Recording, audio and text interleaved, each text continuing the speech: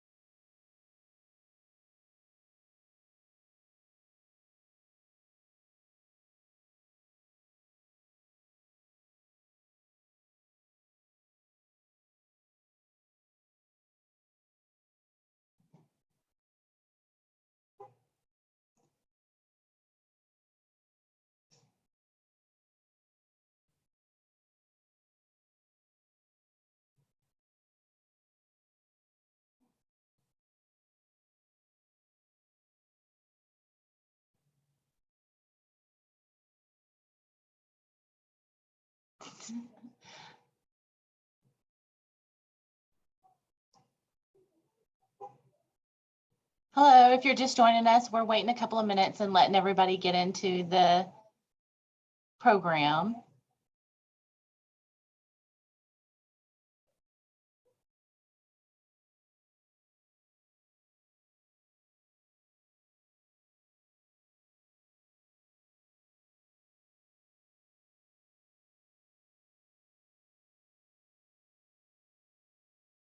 I think we'll go ahead and start. Just so I'll kind of go slow with my portion. I'm going to do a transition at age 3. So I'll start with, we can go ahead and start with our introductions. I'm Monica Stampley, and I'm the Early Steps Community Outreach Specialist here at Families Helping Families Region 7. And we are doing, today I'll do transition at age 3. And then we have Miss Anna Kennedy Rowe here to do surviving the holidays, so we can find out what we can do and any kind of tips and strategies to help us avoid any kind of meltdowns for the holidays. So I'm going to go ahead and stop your screen share so I can share mine. And I'm going to do this real quickly. Give me a second. And if anybody has any questions, you can use your chat, or you can also, you're more than welcome. We'll kind of monitor the chat, but we will have time for questions and answers at the end. So I'll go ahead and start. So transitioning from early steps, a caregiver's guide. And that's me, Monica Stampley. So what is early steps? To begin with, it's Louisiana's early intervention system, and it provides community-based supports to children with disabilities and developmental delays from birth to 3. And it not only provides it to the children, but it's mainly for their families. They want to support those families. It's used as a family education and training program to provide resources throughout the critical years of development. So the transition regulations, it is a part of the IDEA, which is the Individuals with Disabilities Education Act. Early Steps is Part C. The school system is Part B. So as a part of this Part C law, it says that certain steps have to be taken when a child turns 3 and they transition out of early steps and go to the school system. The process begins at the initial IFSP, which is Individualized Family Service Plan, and it's addressed throughout the whole time that that child is in early steps. So, so from the first time when they're doing intake, they'll start talking about transition. IDEA Part B states that by the 3rd birthday of such child, an individualized education program, IEP, has been developed and is being implemented for the child. So that's very important. So what that means is that the child has to be evaluated and determined eligible from the school system by the time they turn 3. Because if they're not evaluated, then you can't make you can't come up with an IEP and create an IEP for it to be implemented on the day they turn 3. So that's very significant. There is a transition plan from early steps, and it must include the following activities, and they're meant to prepare the family for the upcoming transition from early steps to the school system. So IDEA requires that planning for transition begins no less than 90 days before that child turns 3. Early steps require requires that the transition meeting be scheduled when the child is between 27 months and 33 months old. So you have it can be combined with another meeting if you have a quarterly or a 6-month or a yearly meeting, but you do have to have specific activities that are carried out for a transition meeting. So if the child is just coming into early steps, if they enrolled and they're already over the age of 2, then they try to have that transition as soon as possible, that transition meeting. And the transition plan is discussed at all of the IFSP meetings, including the initial 6-month review and the annuals. So the family support coordinator for early steps, they'll invite the school system or some other representative from the school system to attend and provide information to the families. So that's always a great opportunity, because at this point, this is the first person that a parent will meet with the school system. And it's usually the person that coordinates most of the activities for that evaluation team. So that's a great opportunity. The FSC will also send a copy of the team meeting notification to all transition team members at least 10 calendar days prior to the meeting. They also notify the LEA, which is local education agency, or the school system, if a child is turning 3 when the child is 2 years, 2 months through 2 years, 9 months. So that by them sending that and notifying the school system that a child is about to turn 3, that means that prompts the school system to know, look, we have this child, we need to get evaluated. So they get the information beforehand. The FSC also ensures that the proper documentation is sent to the Human District Authority at 2 years, 9 months. And so that Human District Authority, that's Northwest Louisiana Human Services District in our region. And then also the FSC will facilitate the meeting and document all of the discussions that take place at that meeting. The purpose of the transition meeting is to discuss and develop a plan for the upcoming transition. So some of the things that they want to make sure that are included in that plan is the options from the child's 3rd birthday through the remainder of the school year.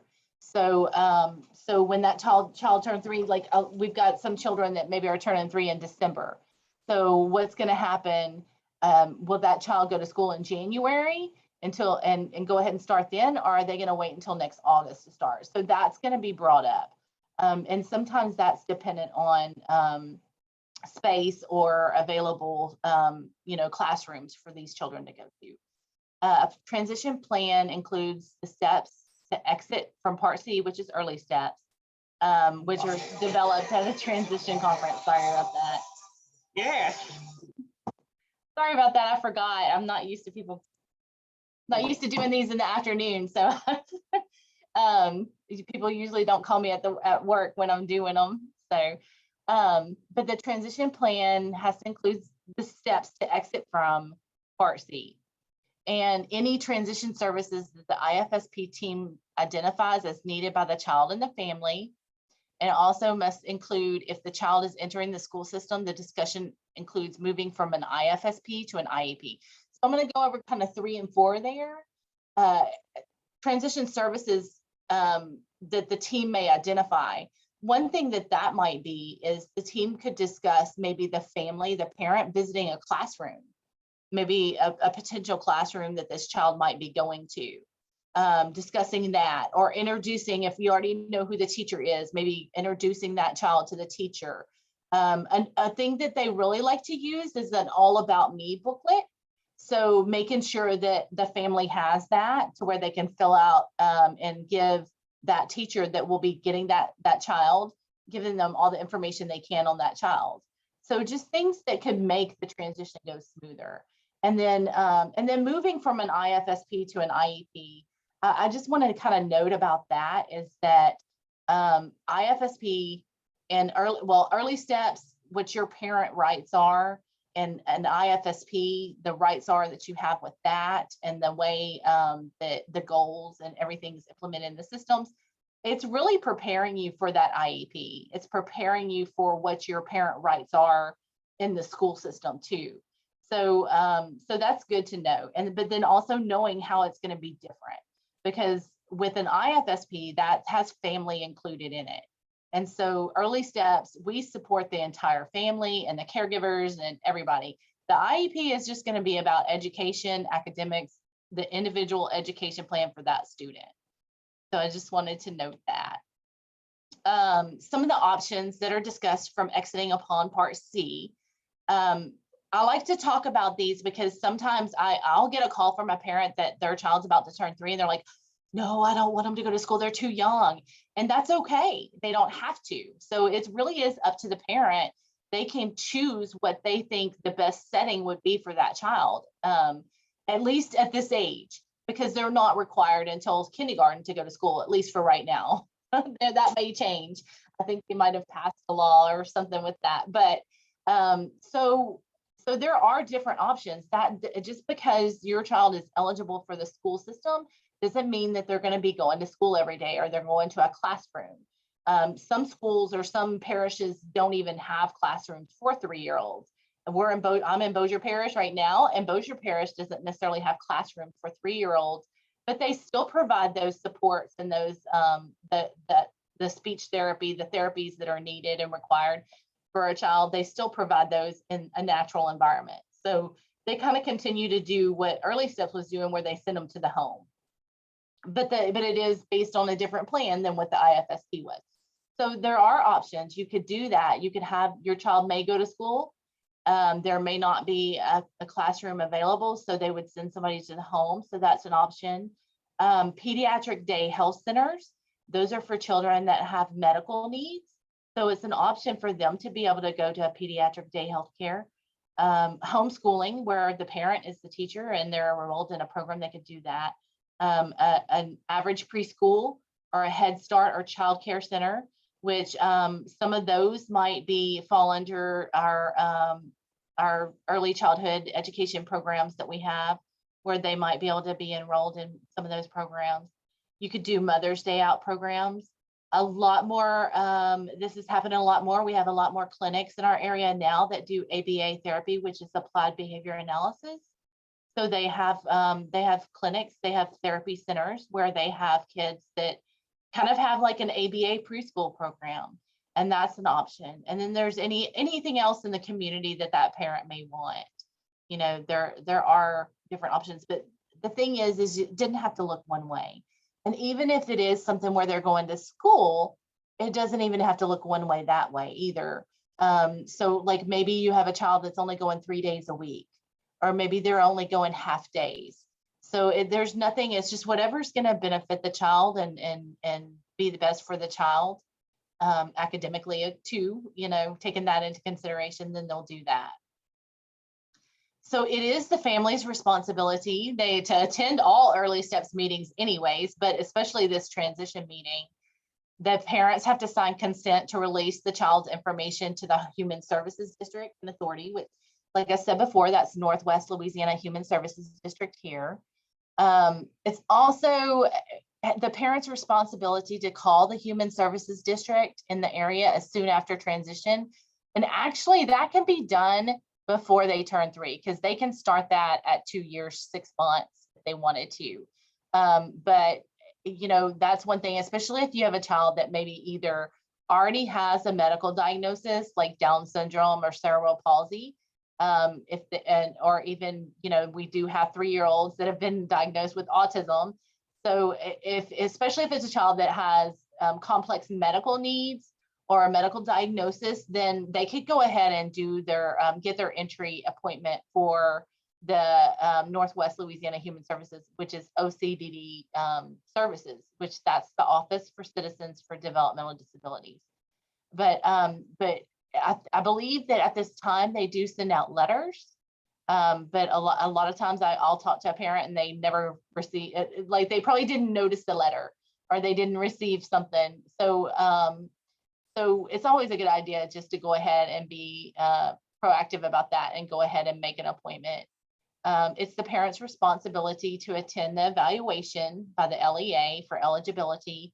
This is very important for, I'm going to say at Caddo Parish, it's important because what they do with Caddo Parish is they mail out the appointment. And if that appointment's missed, then you're put back in the queue. So if you miss your initial appointment, then it could be several months before you get back in to get an appointment. And that, when we're talking about children, a 3-year-old, there's a lot of tremendous development that's happening between 3 and 3.3, so it could cause I don't want to say, I guess, delays in getting services, and you really don't want that at a young age, because that's one of the big things about early intervention is to keep as early as possible. So it's also the parents. So you would have to have an entry appointment. They've kind of been doing things virtually with the human services districts, and even as far as like they do have to have like a copy of an IEP. And they have to have documentation to determine eligibility, but it is really important to make sure that that happens for your child. It's also the parent's responsibility to make sure that you keep that information current with everybody. I'm going to say everybody is not listed on here. The school system, your FSC, so that would be early steps. You want to make sure, especially when you're transitioning and exiting out, you want to make sure that they have your correct contact information, like phone number and address. And then also, once you do, if you're eligible for services through for OCDD services, then you want to make sure that you keep their address current with them. And that would be long term too. You want to make sure that they always have your current address. The LEA's responsibility, which is the school system. So it's best if they attend the transition meeting. Most of them do. They also will conduct the most multidisciplinary evaluation of the child to determine if they're eligible for the services. But they do have to have a signed consent from the parent. It's also their responsibility to determine if that child's eligible. They have to have it, like I said this before, they have to have that IEP developed and implemented by the time that child turns 3. And I've got the website down here at the bottom. It's really, I've got it down here with the link, but it's louisianabelieves.com, and there's actually a transition booklet on there, which can kind of give you a little bit more information about transition and the school system side of it. So real quickly, I'm just going to go over Part C versus Part B, because I talked about this a lot. Really, Part C is preparing you for Part B. So as far as Part C, family involvement, everything with early steps is family centered. And then Part B, which is the school system, is child centered. So the plan for Part C, early steps, is an IFSP, and Part B, the school system, is IEP, individualized education plan. The services are, for Part C, early steps, they're developmental. It's based on a developmental model of services. And then Part B, it's based on educational. Service delivery, like where do they get the services at, or how are they delivered?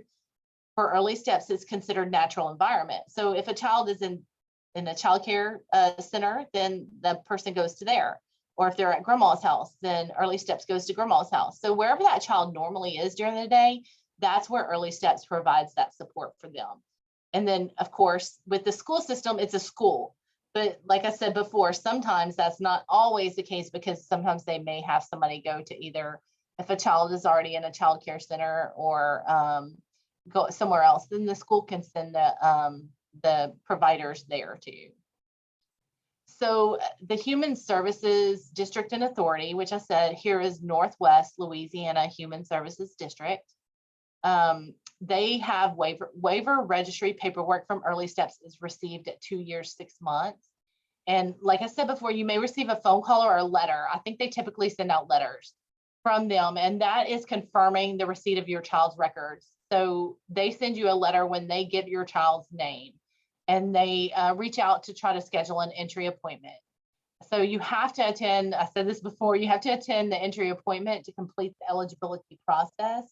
And there'll be documents that they ask you to bring, like the IEP or anything else, like if you have an evaluation from a professional, then they'll ask for those documents as well.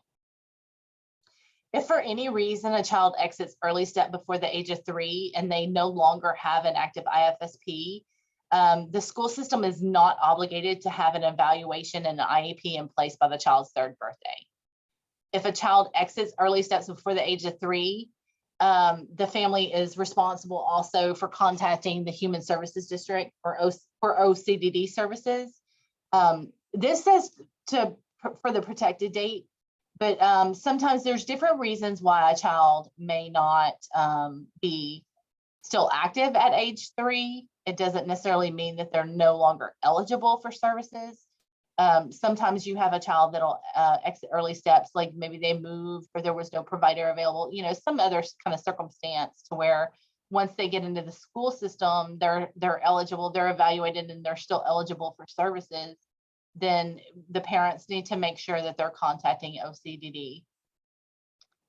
So that's it. I'm going to go ahead and I want Anna to start because I'm going to go ahead and let her take over. But if there's any questions, then we can answer those at the end, or if you want to put it in the chat. But I think Anna can probably get hers up pretty quickly. All right. Thank you, Monica. Thanks. All right, we're going to talk about routines in the holidays. So this is going to be on surviving the holidays. They're coming up, they're right around the corner, and how routines can help avoid the holiday meltdown. If you have a young child in your life, whether that's your own, a grandchild, or a cousin, or niece or nephew or godson, you know that the holidays are not as simple as they were if it was just you as an adult. The holidays can complicate things. There's a lot going on. So that tantrum and that meltdown can happen really easily. And so we're going to talk about how routines can kind of help avoid that meltdown or that tantrum. So I wanted to just kind of introduce myself. Like Monica said, my name is Anna, and I wanted to just kind of talk a little bit about the program that I work for. I work as a mental health consultant for a program called TIKES. It's a partnership with the Department of Education and Tulane University. And what we do is provide mental health consultation to type 3 child care centers and family child care providers as well. So we work with local preschools and Head Starts and daycares, providing mental health consultation to them. And what that is it's pairing a mental health professional with early childhood professionals to improve the social, emotional, and behavioral health of young children. So we provide programmatic consultation. We work with the directors and the teachers as a whole program. And then we're also able to support individual children if there is a need, and help do screeners and support plans and things like that. We do lots of trainings like we are today, and we do some support for parents and general support for center staff, and screening as well. So I am an early childhood mental health professional, and I specifically work in childcare with childcare providers and family childcare providers as well. So that's a little bit about who I am and what program I'm coming from. So I wanted to go over kind of what our objectives are for today, which is just understanding the importance of routines. Routines are our main focus today, and I want us to kind of explore why they're so important, and strategies to keep those routines and strategies to avoid that holiday meltdown. So just overall strategies to help you survive the holidays. And we'll go ahead and get into it. So the holidays, right? They're filled with joy and love and traditions, peace on earth, holiday carols, and lots of celebration. And they can be a really magical time, especially if you have little ones in your life. Children just make the holidays, even more magical and even more special. And they really can be so great, but they can also bring a lot of stress, travel, disruptions, unfamiliar people, sights and sounds and food, and that potential meltdown from your toddler. So they can be really wonderful time of year, but they can also be a stressful time of year if you are a parent or a caregiver. So the meltdown, the potential of a meltdown is always kind of on the horizon for the holidays. So we're going to talk about why keeping that routine can be so important, and why in general routines are so important. And routines are really, really important for young kids, but they're also important for us as adults. So why are routines so important for young children? And it's because children depend on routines. There's not a whole lot that children can really kind of plan on their own. Children don't have their own personal calendar on their phone that they can pull up and look at what their day is going to look like and have that, kind of planned out for them. They really depend on routines. It helps give them predictability, right? They can begin to understand and know what to expect. And it also gives them a sense of control, right? I kind of relate that feeling to, what we've experienced these past 2 years with the pandemic and that initial shutdown. We were all really just all over the place because we lost a real sense of control because we didn't know what was going to happen. We had no plans. We didn't know how long a shutdown was going to last. We didn't know how long this pandemic, is going to last. And so we all felt really out of balance. And a routine can help really give you a sense of control. Because you know what's going to happen at breakfast, you know what's going to happen at lunchtime, you know what's going to happen, from A to B to Z. So it gives children a sense of control. And for young children, particularly young children around the age of 2 and 3 years old, developmentally, they are really seeking out independence and seeking out responsibility and seeking out control. And so we want to give our young children that sense of control, because if we don't, then they're going to fight for that control in other ways. So if we can keep routines and give them that sense of control, they're not going to fight us for that controlling power in other situations. They also give young children a sense of safety and comfort. Safety is a really big thing. And it's something sometimes as an adult, we can take advantage of our ability to kind of, assess a situation for a level of safety. And for children, that routine can give them that sense of safety and give them that comfort because they know what's going to happen. And I'll, relate it back to our time in, the shutdown a couple of years ago. We can kind of go back to that feeling and kind of relate to young children in that sense, because we didn't know what was going to happen. And it was really, overwhelming. And for young kiddos, a lot of times they feel like that. So when we give them routines, can really help give them that, that level of predictability, that sense of control, and then that sense of safety and comfort as well. Routines are also a great prevention strategy for challenging behaviors. So when kids have predictability, they know what behavior to engage in. So when they know what's happening in their day and when it's going to happen, they also know what behavior that they need to engage in. So when they're sitting at the table for breakfast, they know what that behavior is expected of them, and they know when that free or playtime is coming up. So they know, it gives them that ability to understand what that behavior expectation is of them. And like I said, that consistency helps bring children a sense of control and safety. So routines help prevent children from using challenging behaviors, because if they have that sense of control, then they're not going to fight us for that power to control other situations. And then if a child is feeling unsafe, then we might see those challenging behaviors of, tantrums, meltdowns, hitting, screaming, just overall defiance, because they may not be feeling so safe, right? And when children aren't feeling safe, they can act out and use that behavior as a way to communicate, because for young kiddos, they don't have that ability yet to really verbalize how they're feeling. So when we are using routines, it's really a prevention strategy. We always want to be thinking about how we can prevent, the meltdown or prevent those challenging behaviors. We want to prevent those children from feeling like they're in distress and having to use that behavior to communicate their needs or their wants. And when we utilize routines, we're really utilizing prevention. And prevention can be really great, especially as, this is an early steps kind of, presentation. We want to think about things early and ahead of time so that we are, addressing things head on.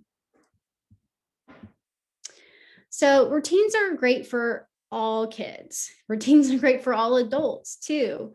All children can benefit from consistent routines, but they can be especially helpful for other children depending on things like their temperament. Some children have a personality where they really aren't as flexible when it comes to changes. Some children can be a little bit more go with the flow, kind of. But some children, their temperament really is, they need to kind of know what's happening. They need that structure. And then it can also depend on their development as well, where they're at in their development. And then, of course, if they have any special needs, right? If a child is on the autism spectrum, routines are really, really, really helpful. But it doesn't matter, what your temperament is, what your development is, or if you have any special needs, all children can benefit from consistent routines.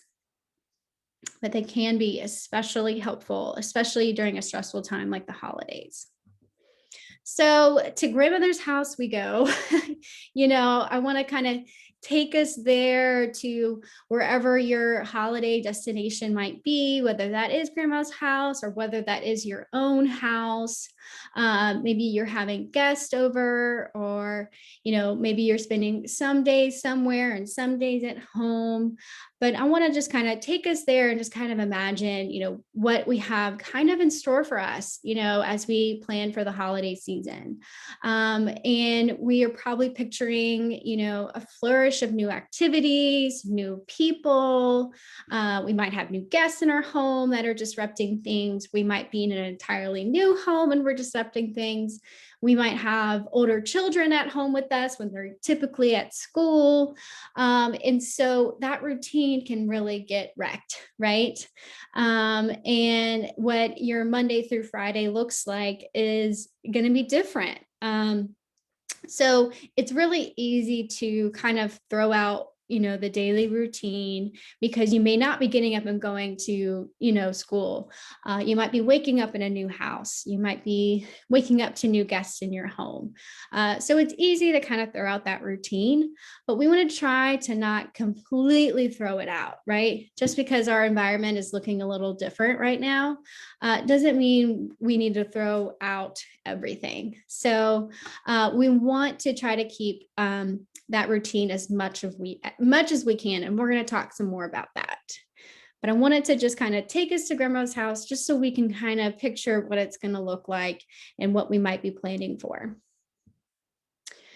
So I want to talk a little bit about what the holiday stressors might be like. I think it's helpful to think about what might be lying ahead so we can think ahead of time and prevent and try to plan for it. So while the holidays can be wonderful and magical, they could have a lot of stressors. So number one, family can be really stressful. When we have family in town, maybe family we're not seeing as much, you might have family members that are interacting with your children that are maybe not typically interacting with your children. Family can bring a lot of stress for a number of different reasons. We have history with our family members. Maybe our relationships aren't, as great, or maybe we just get really sick of them by day number 2. Families can also bring a lot of opinions, a lot of topics, a lot of discussions, and that might bring you stress, right? We have a lot going on in our, our world and our society. And so that might bring up uncomfortable conversations, and that can be stressful. We might have that uncle that just has a lot of opinions that he likes to share, and and we get really tired of it. They can also bring opinions about, maybe your parenting style, or, they might bring opinions about the children in your life. And that can be uncomfortable, and that can be stressful, because some people come in and have a lot of advice for how maybe you should be, handling your children. And that can be kind of overwhelming, and it can be kind of difficult to, sometimes have those conversations with family members about how you're, raising your children or dealing with the children in your life. So families can bring a lot of stress. And so, thinking about your family and thinking about maybe some potential stressors you might have going on. We also have a lot more travel during the holidays. If you're going out of town or you're traveling to different parties and things like that, we have, lots of expectations for parties, maybe not so much with COVID and all that. We might have, recitals, rehearsals, and plays, and, family get-togethers that we might have to go to, and just general new activities. Maybe we want to go see Santa. We're also doing a lot of shopping, which can be really stressful too. And, we might be going into stores that are really crowded and full of people. And, past 2 years, we maybe haven't been around a lot of people and a lot of crowds. So that can be stressful. And the holidays bring a lot of high expectations too. We might be dreaming of, a certain type of holiday experience. And sometimes that doesn't happen. You might have this expectation for how this certain tradition goes, or how this certain party is going to go, or an expectation of a family member that may or may not come. So we kind of bring a lot of expectations into the holidays sometimes, and sometimes they can be let down, so that can be stressful as well. And then we're also going to new places, new sights, new sounds, new tastes.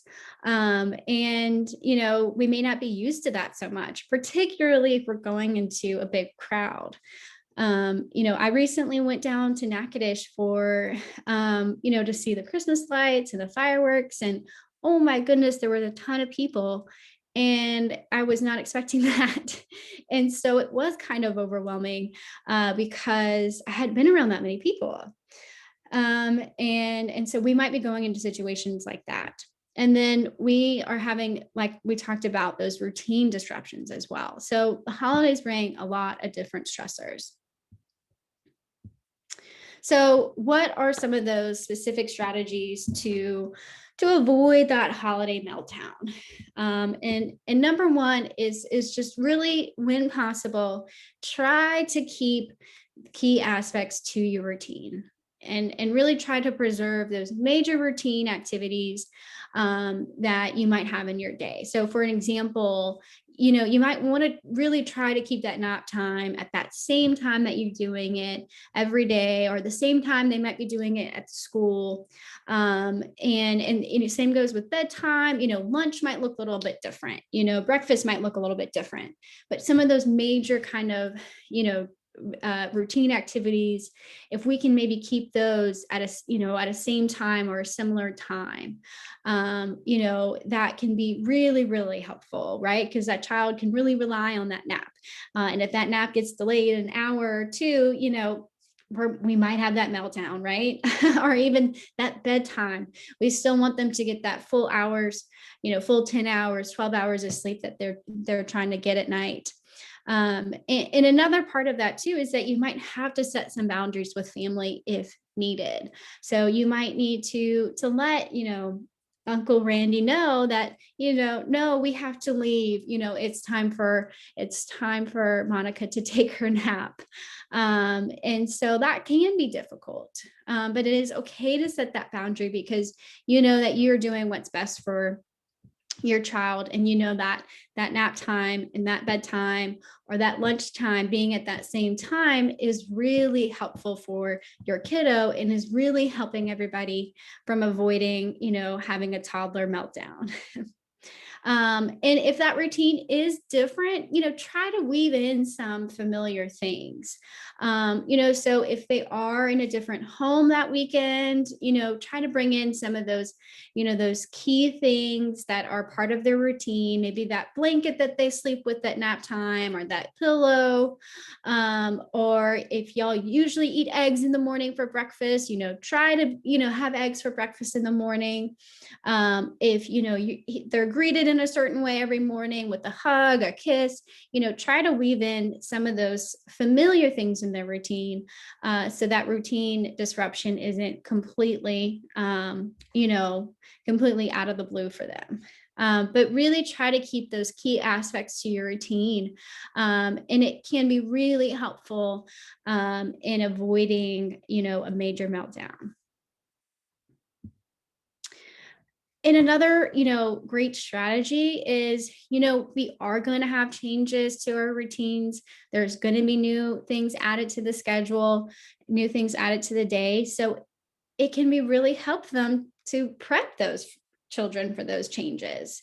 So if you prepare your child for the changes to come, when those changes come, it may not be so earth-shattering anymore, because they've been prepared for it. And there's a couple of different things you can do that. So talk about the changes to the schedule and the changes to the environment. And you can use like a visual schedule as a tool. You can have, the schedule for the day laid out and have some pictures to coincide with it. So you can have a picture for breakfast. You can have a picture for going to the grocery store. You can have a picture to go, going to grandma's house. Talk about the changes, say, oh, usually we would go to school today, but today we're going to go to grandma's house, and visit with her. Talk about what that environment might look like as well. So talk about the changes, so they know what to expect. So we're not, dropping a bomb on them, when we say, no, we're not going there today, we're going here. And when you prep them for that, they can begin to process it. So when that change is happening, they're not, processing it all in the moment. And you can talk about what that expectation for the behavior is. So say you have a party to go to, or maybe a Christmas play to attend, you might want to prep them for what that expectation for their behavior is. So not only telling them, hey, we're going to go watch Big Sister in her school play, you also want to let them know what the expectation is. So, we're going to go and sit down, and we're going to sit in chairs, and you're going to sit next to mom and dad, or you're going to sit next to grandma, and we're going to watch your sister perform in a play. We're going to have to sit quietly. We might have to wear a mask. That might be a great thing to prep them for if you are going to be in a public space. And so talk about what that expectation is. If you're going to, have some cousins over, let them know that, the expectation will be for them to share some of their toys or to take turns. So then when it is in the moment and it's happening and cousin Billy reaches for their favorite toy, there isn't that meltdown, because you've already prepped them for that expectation.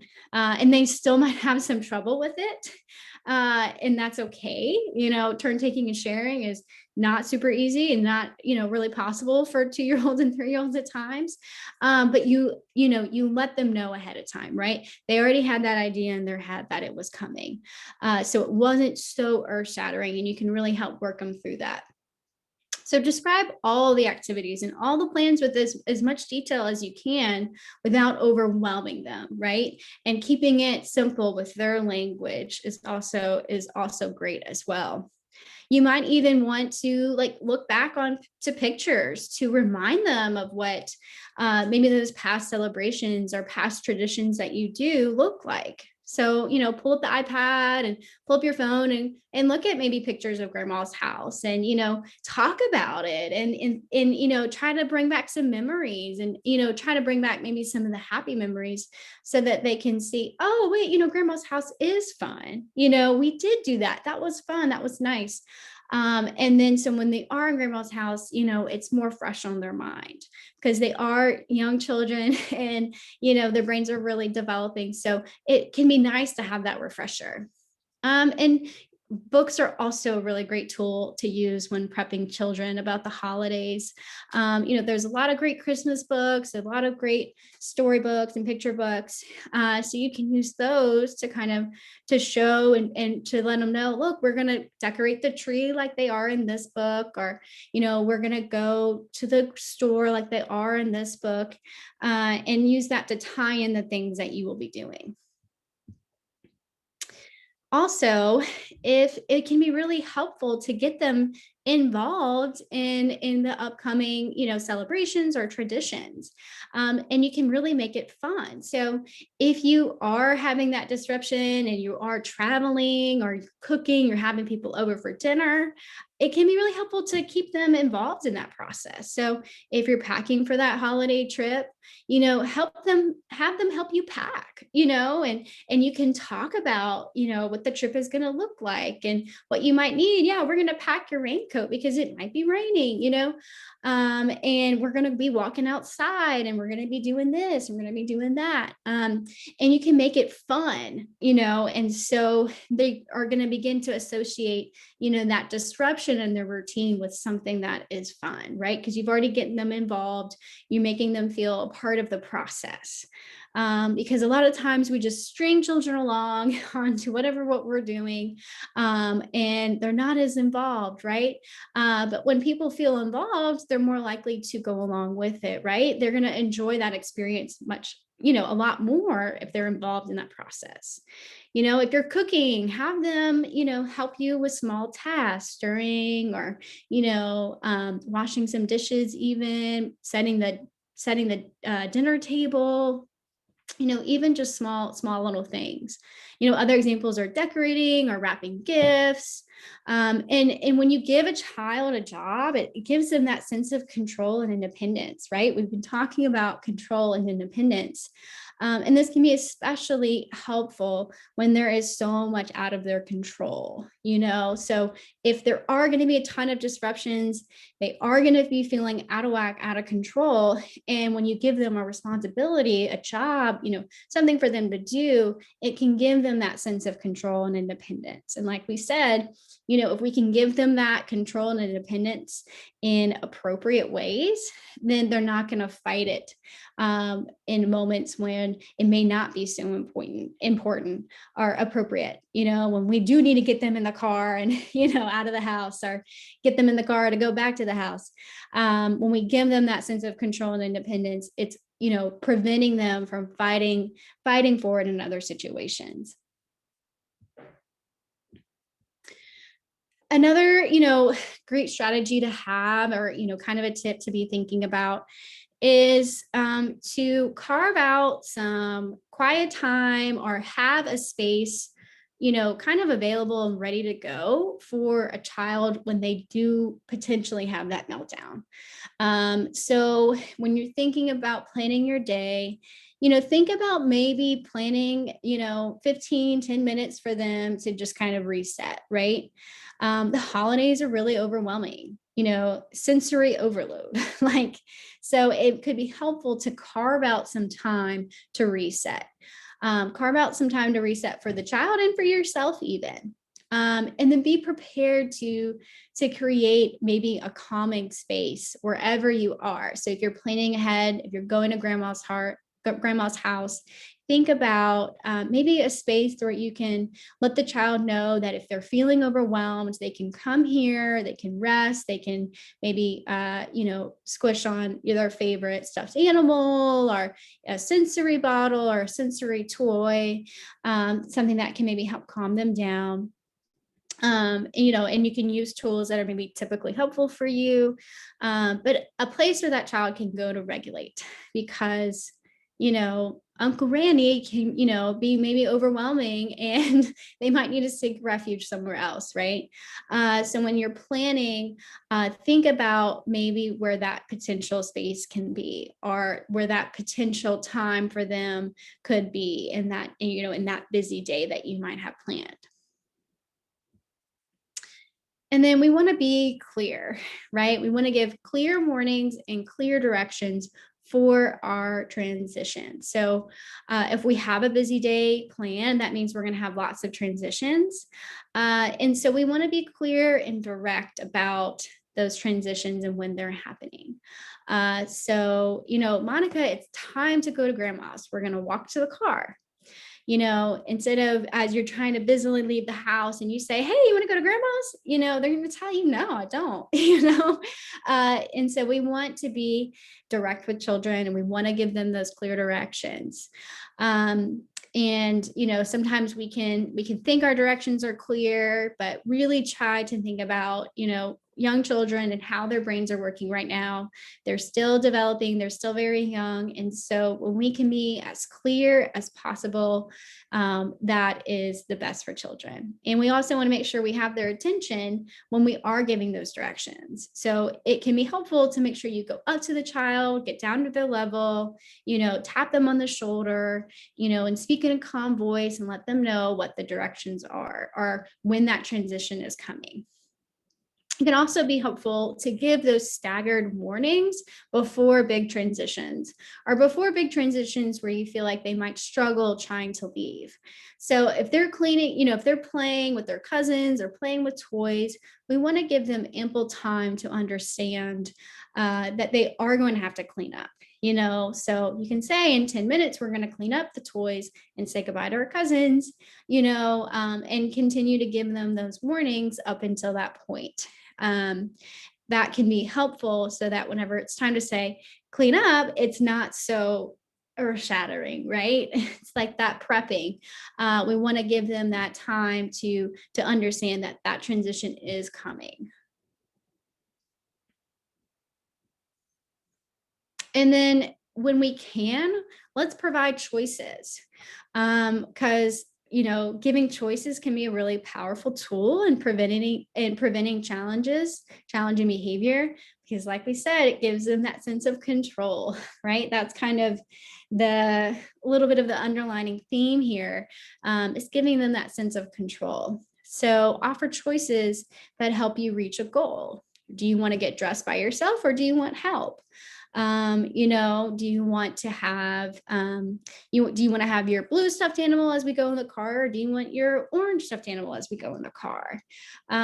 If you have a choice kind of set up like that, and it's still reaching your goal, but it gives them that ability to make a choice, it can be so helpful, because it gives them that sense of accomplishment, that sense of control, that they're making their decisions. And if you're having that schedule change, this can be a really helpful tool. And by providing them a choice in a way that's appropriate, it's going to help them to, not feel so, hurt, or, really upset or really overwhelmed by that change in their schedule, because they are getting that little bit of sense of control. And then always keep yourself calm, right? It's a little easier said than done. We might want to have our own holiday meltdown, and that's okay. Those feelings are totally okay. And you can have your meltdown on your own, possibly. But in the moment with your kiddo or around kiddos, it's always helpful to keep yourself calm. It's easy to want to join in the meltdown with them. But there's a lot of power in just pausing in the moment, and taking a couple deep breaths before you maybe give out that instruction, give out that direction, or if you feel a meltdown coming on, really try to keep yourself calm, because it's hard to keep a child calm if you're not calm yourself, right? We want to join in the chaos, but it's our job to stay calm, so that we can help bring them out of that, that feeling of chaos. So remember to take a moment for yourself as well and take a deep breath if needed. So just to recap, some of the things some of the different strategies we talked about, as much as you can, try to keep those key aspects to your routine, and prep children for those changes as they come or as you're planning for them to come. And if you can, get them involved in any other prep that you're doing for the holidays. So getting them involved in the cooking, the baking, the dinner making, all the things that you're doing and preparing for the holidays. It can be helpful to get them involved and get them bought in to the holiday traditions or experiences. And then just be mindful of, creating a safe space for them. They might get overwhelmed with all the sensory stuff happening. So having a safe space for them to regulate can be really helpful. And then, as always, be clear, give warnings, and when you can, provide choices. And then remember to stay calm yourself. And also, I want to have a big reminder to take care of yourself too.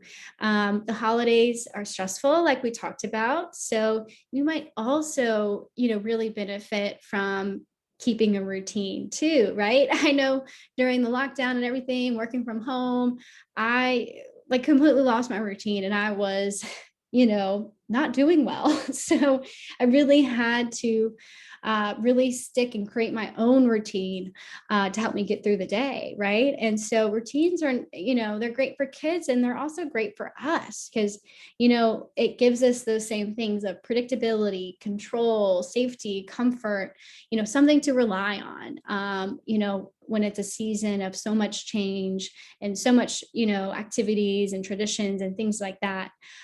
So take care of yourself too. Take the time in the holidays to maybe get some rest for yourself and reset, because it's important for caregivers to also be taking care of themselves so they can take care of their little ones as well. So I wanted to just say, finally enjoy the holidays and, thank you for listening. And I hope you have a great holiday season and you make it through the holidays without a meltdown in your life. And if so, you are prepared, hopefully prepared to take that on, or prepared to, try to prevent it as much as you can. So I just also want to show that we have TIKES on social media. So if you kind of liked what we talked about today, we also have other great resources up there as well. And then we can open it up for questions as well. That was really great, Anna. Thank you. And if anybody has any questions, they can put it in the chat.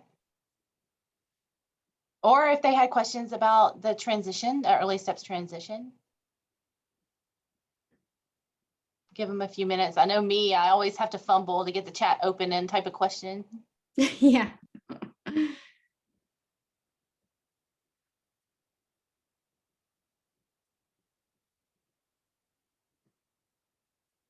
So I really like this, because especially children on the autism spectrum, routines are always very important for them. And so for parents to be able to keep their sanity over the holidays and the long Christmas breaks. We just had a parent come up here that I've worked with for a while, and I was like, just 2 more days until Christmas vacation. And it seems like those kids know, as I guess the whole environment as teachers, are getting ready to get out and everything's wrapping up and closing down. Things just get really chaotic at school and at home with families. So that's why it's really good information that you gave. So Chanel put in the chat, there is a link. If you can click on this link right now, it'll take you and open up the evaluation for the webinar. We do like to have our contractors like to have evaluation and feedback, and we like it too because we like to know that we're doing good. So you could click on the link and fill that evaluation out for us. And also, if you would like a certificate, there's a comment section at the bottom of that evaluation. So if you just put on there, you know, please send me a certificate, then I can do that, because we can give a certificate for this. It doesn't look like there's any other questions or any questions right now. So I think, like I said, that was really fantastic information. I think it's good to know and think about, especially as school's out in 2 days. Oh my gosh, yes. And I know like a lot of kids, you may see kids in the child care center or something like that, but sometimes there are some, like if they're in Head Start or something like that, then they get out for an extended period of time for the holidays. So. Oh yeah, yeah. At our centers, there's, you know, 20 or 30 more kids a lot of times for the after school kids that, you know, they take on, you know, some of those elementary, you know, age kids at centers as well, Yeah. during the breaks. And so, like you said, they definitely know it's coming. They Yeah. feel it. They get a little bit of like senioritis, like they know that break's coming and they're ready for it as well, you know? So, yeah. Yeah. Well, okay. Thank you so much. And I'll look forward. I hope you have a Merry Christmas and a Happy New Year. And I'm definitely going to use some of the tips and strategies that you gave me for my kids over this holiday break. So, but thank you so much. I really appreciate you doing this for me. And I can't wait. Next year we can get together and brainstorm and see what else we can come up with, for sure. Yeah, we always have great ideas. So I look forward to it. All right. Well, thank you. And you have a good night. You too. And make sure to click on the link. Anybody who hasn't done so, click on the link and do the evaluation that's in the chat. Thank you.